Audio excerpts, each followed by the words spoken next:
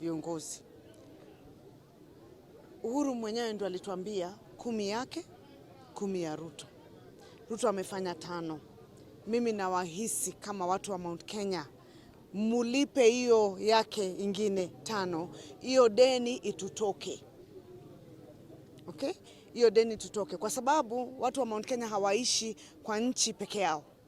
Na tusipolipa deni vile ambapo tulikuwa tumewaahidi, kule mkijaribu kuenda upande mwingine wa nchi utakumbushwa nyinyi kama watu wa Mount Kenya hamtimizi ahadi zenu. Na kura za Mount Kenya ni mingi ndio, lakini za Mount Kenya hazitoshi kutoa rais.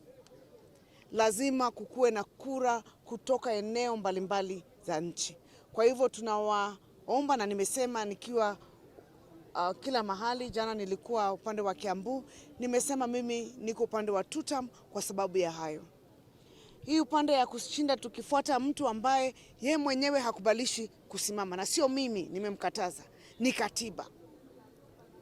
Kwa hivyo haizi simama president, haizi simama deputy, haizi simama MP, haizi simama senator.